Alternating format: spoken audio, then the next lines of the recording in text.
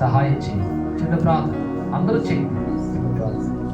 వాక్యం ద్వారా ప్రభు మీతో మాట్లాడాడు కదా, ప్రభు వాక్యం ద్వారా మీతో మాట్లాడాడు కదా. ఏ వాక్యం మీలో లోపాలు ఎత్తు చూపాడు ఆ విషయాలు ప్రభు నన్ను సరిచేయండి అని ఒక మాట ప్రభుని అడగండి. ప్రభుని అడగండి. ప్రతి వారు కూడా ప్రభుని అడగండి. ఒక మాట అడగండి. ఏ లోపాలు లేకుండా ఉన్నాం మనం? ఏ లోపాలు ప్రభు మళ్ళీ ఎత్తి చూపలేదా? ఏ లోపాలు ప్రభు సరిచేయడానికి ప్రయత్నం చేయట్లేదా? ప్రభు సరిచేయండి. ఏ విషయాలు ప్రభు ఎత్తి చూపి ఆ విషయాలను సరిచేయండి. ప్రభు ఆ విషయంలో నేను బలహీనున్నాయా, ఆ విషయంలో నేను బలహీనున్నాయా కృప చూపుతాడు.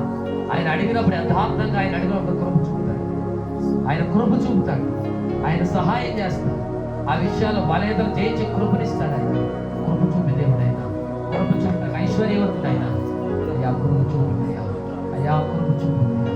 యథార్థంగా మేము నడవాలయ్యా, యథార్థంగా మేము బ్రతకాలయ్యా.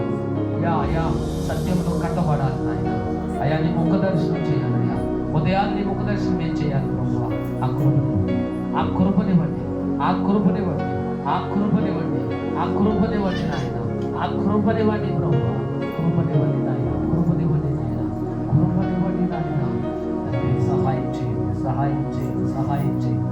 ఈ ప్రజలను బలపరచండి, బలపరచండి, బలపరచండి. నీ వాక్యం ద్వారా నీ కృప